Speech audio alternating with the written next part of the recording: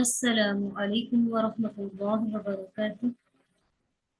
الحمد للہ والصلاة والسلام علی رسول اللہ۔ اشہد ان لا الہ الا اللہ وحدہ لا شریک لہ واشہد ان محمدا عبدہ ورسولہ نبینا محمد وعلی آلہ وصحبہ اجمعین آمین یا رب العالمین۔